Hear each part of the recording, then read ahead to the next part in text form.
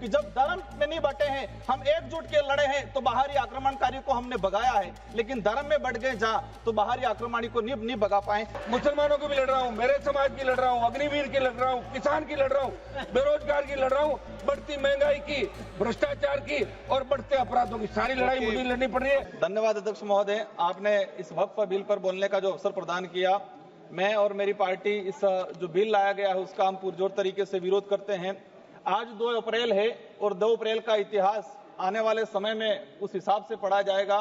मैं पिछले 2018 की बात कहूंगा। 2 अप्रैल के दिन इस देश के अंदर एसटी-एससी कानून, एसटी-एससी एक्ट को लेके जो छेड़छाड़ी है उसको कमजोर करने की जो काम किया गया था, और 2 अप्रैल के दिन पूरे देश के अंदर एसटी-एससी ने आंदोलन किया था। उन जो शहीद हुए थे उस दौरान उन लोगों को भी मैं याद करना चाहूंगा। आज वही 2 अप्रैल के दिन तो आने वाले समय में एसटी-एससी मुस्लिम अल्पसंख्यक के लिए ये काला दिवस के रूप में जाना जाएगा। हमारा देश को विश्व में अनेक विविधताओं के बावजूद एक मजबूत राष्ट्र के रूप में जाना जाता है, लेकिन आज उसी भारत देश में वक्फ बिल, औरंगजेब, हिजाब, मंदिर मुस्लिम, हिंदू मुस्लिम, मंदिर मस्जिद करके नफरत के बीज बोए जा रहे हैं, जिससे देश को कमजोर करने का काम किया जा रहा है। एक वक्त हुआ करता था हमारे देश के अंदर, जब मुस्लिम धर्म के त्योहार आते थे तो हिंदू धर्म सहित अन्य धर्म के लोग खुशियां मनाते थे सब मिलके। एक तरफ जब हिंदू धर्म के त्योहार आते थे तो मुस्लिम खुशियां मनाते था, और मुस्लिम धर्म के त्योहार आते थे तो हिंदू धर्म के लोग ये खुशियां मनाते थे सब मिलके करेंगे। लेकिन आज वो दौर आ गया है कि घर के अंदर आइसोलेट करने की बात होती है, पुलिस जाब्ता लगाना पड़ता है, एक धर्म से एक दूसरे धर्म की रक्षा करने के लिए माहौल बनाया गया है। इस तरह का जो माहौल है हमारे देश के लिए घातक रहेगा। जब आज देश के अंदर देखा गया है कि भारत देश का अगर गौरवशाली इतिहास जब मुस्लिम की बात आती है, हम धर्म में क्यों बांट रहे हैं?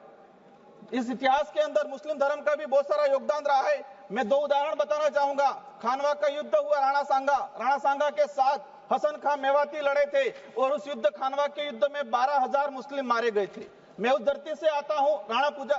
महाराणा प्रताप की जो धरती है उसके सेनापति थे हकीम खां सूरी, दूसरे सेनापति थे राणा पूजा भील, जो आदिवासी समुदाय से आते थे। और उस दौरान देखा गया है कि हकीम खां सूरी और राणा पूजा महाराणा प्रताप के साथ जब खड़े थे तो महाराणा प्रताप के सगे भाई शक्ति सिंह और जगमाल अकबर के साथ खड़े रहे थे। वो दौर हुआ करता था।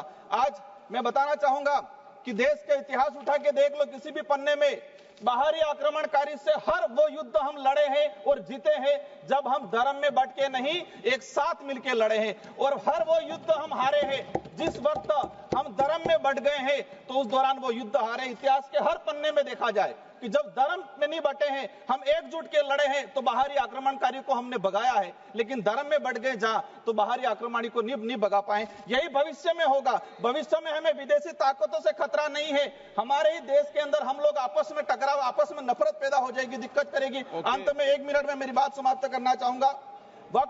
वक्फ बिल किसी व्यक्ति द्वारा जिसका कोई वारिस नहीं हुआ करता था, वो दान दिया करता था समुदाय की भलाई के लिए। जो संपत्ति मुस्लिम समुदाय के धार्मिक सामाजिक कल्याण के लिए होती थी, आज आप सुनकर उसको व्यावसायीकरण किया जा रहा है। आज मुस्लिम को टारगेट किया जा रहा है, कल आदिवासी, दलित, ईसाई, गरीब हिंदू को भी उनकी धार्मिक जो संपत्तियां है उनको हड़पने का काम किया जा रहा है। अध्यक्ष महोदय, भाजपा की सरकार जब झारखंड में सरकार थी, आपने वक्फ की तर्ज पे ही आदिवासी दलितों के जो पूजा स्थल थे उनकी जमीन को लैंड बैंक के रूप में उपयोग करने का जो काम किया था, और आदिवासी समुदाय ने इसका विरोध किया था। वक्फ बिल में आप 2 गैर मुस्लिम समुदाय, 2 महिला अध्यक्ष कलेक्टर को बनाया जा रहा है। अच्छी बात है, महिलाओं का सम्मान करना चाहिए, लेकिन मैं ये भी कहना चाहूंगा कि देश के अंदर कई ऐसे हादसे आए हैं जहां हिंदुओं के मंदिर में महिलाओं को प्रवेश से भी वंचित किया जा रहा है। ओके अध्यक्ष महोदय, बहुत है। सबसे पहले तो मैं आपको धन्यवाद दूंगा कि आपने आज वक्फ संशोधन विधेयक 2025 पर जो आपने मुझे बोलने का अवसर दिया।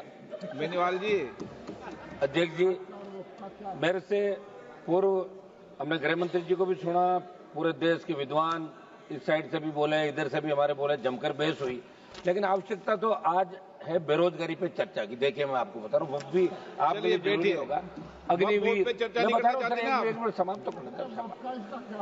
हमारे तो गृह मंत्री जी बैठते हैं, आप बैठते हो तो हम तो आधी बात तो बोल ही नहीं पाते साहब। आप बोलो तो छोटी पार्टियों को जाओ बाहर चले जाते हैं। कम से कम 5 मिनट आज समय दे, सुबह से बैठे, कोरम हम ही पूरा करते हैं। ये सारे सिंगल पार्टी के लिए। अध्यक्ष जी, मेरा निवेदन था कि सारी चर्चा हुई और निश्चित रूप से मुसलमानों के अंदर एक मैसेज है देश के अंदर कि वक्फ का जो बिल आ रहा है वो मुसलमानों के खिलाफ है। मैं आपको याद दिलाऊं अध्यक्ष महोदय कि मुस्लिम क्रांतिकारियों ने भी आजादी के आंदोलन का अपना योगदान दिया, जिसमें मौलाना अब्दुल कलाम आजाद, अशफाक उल्लाह खान, मौलाना मोहम्मद अली जोर और मौलाना हसरत मोहनी जैसे नाम शामिल है। ये सरकार जब इस प्रकार के विधेयक लेकर आए तो उनका योगदान नहीं भुलाए और ऐसा मैसेज देश के अंदर नहीं जाए, ये मेरी मांग है। अध्यक्ष जी, बिल जब आया था तो यहाँ बड़ी चर्चा हुई और गर्मा गर्मी के अंदर सरकार ने इस बात को स्वीकार किया कि बिल को जेपीसी को भेजा जाए और ये जेपीसी के अंदर चला गया। जेपीसी की खबर रोज हम पढ़ते थे कि विपक्ष के सांसद जब अपना सुझाव रखना चाहते तो उनको बोलने नहीं दिया जाता और जेपीसी के अंदर जब और सुझाव आए तो उनसे हटके खाली एक फॉर्मेलिटी की जेपीसी में भेजने की, जो सुझाव जो संशोधन चाहते थे वो इसके अंदर नहीं गए। मेरी मांग है कि आप इसके अंदर बड़ा मन रख के विचार करें गृह मंत्री जी। अभी कोई इस बिल से परमानेंट कुछ नहीं होने वाला, मुझे नहीं लगता कि इससे परमानेंट कोई सरकार अपनी बढ़ती रहेगी। और जो चीजें उस पर विशेष रूप से आप ध्यान दें।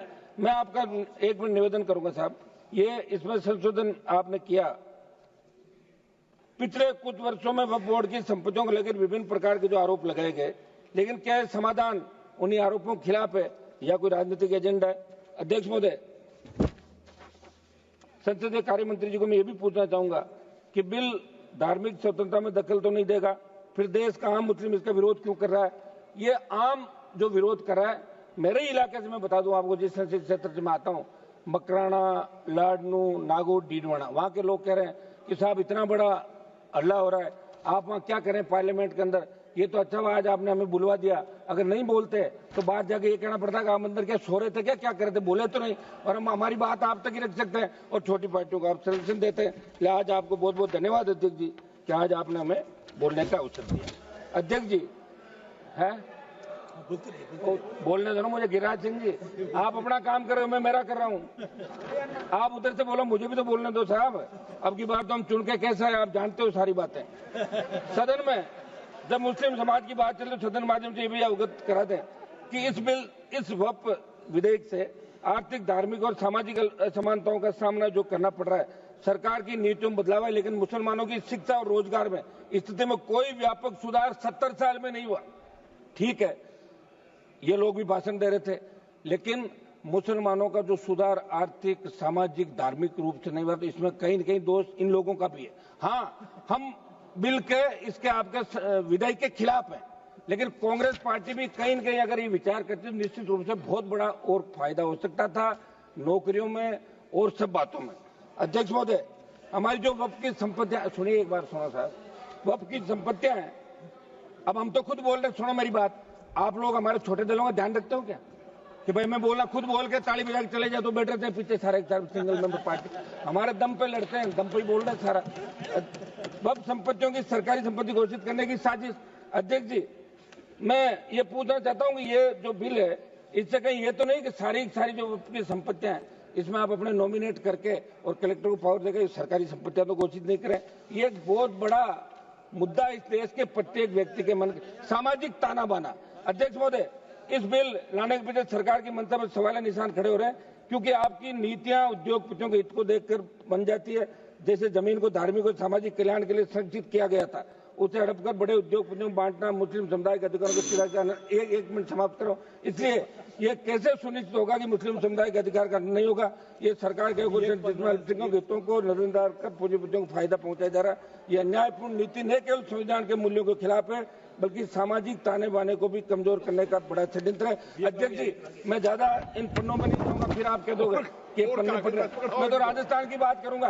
राजस्थान में जो वक्फ की संपत्तियां हैं, ये मेरे प्रदेश के अंदर वक्फ की कौन सी संपत्तियां हैं उनके बारे में लोगों को पता ही नहीं। और राजस्थान प्रदेश की वक्फ की कौन सी संपत्तियां जो सरकार की तरफ जा सकती है, राजस्थान का मुसलमान भी देखना चाहता है कि हमारे हितों पे कुठाराघात हो रहा है। देखिए, राजस्थान से 11 MP चुन का है, बड़ा मुझे वो कहते हुए वो आ रही है कि 11 में से कांग्रेस पार्टी कम से कम एक को तो बोलने का मौका देती है। आप उधर से, मैं ही बोल रहा हूँ, ये भी मेरे ही खाते में सारा, मैं ही लड़ाई लड़ रहा हूँ यहाँ पे, मुसलमानों की भी लड़ रहा हूँ, मेरे समाज की लड़ रहा हूँ, अग्निवीर की लड़ रहा हूँ, किसान की लड़ रहा हूँ, बेरोजगार की लड़ रहा हूँ, बढ़ती महंगाई की, भ्रष्टाचार की और बढ़ते अपराधों की, सारी लड़ाई मुझे लड़नी पड़ रही है।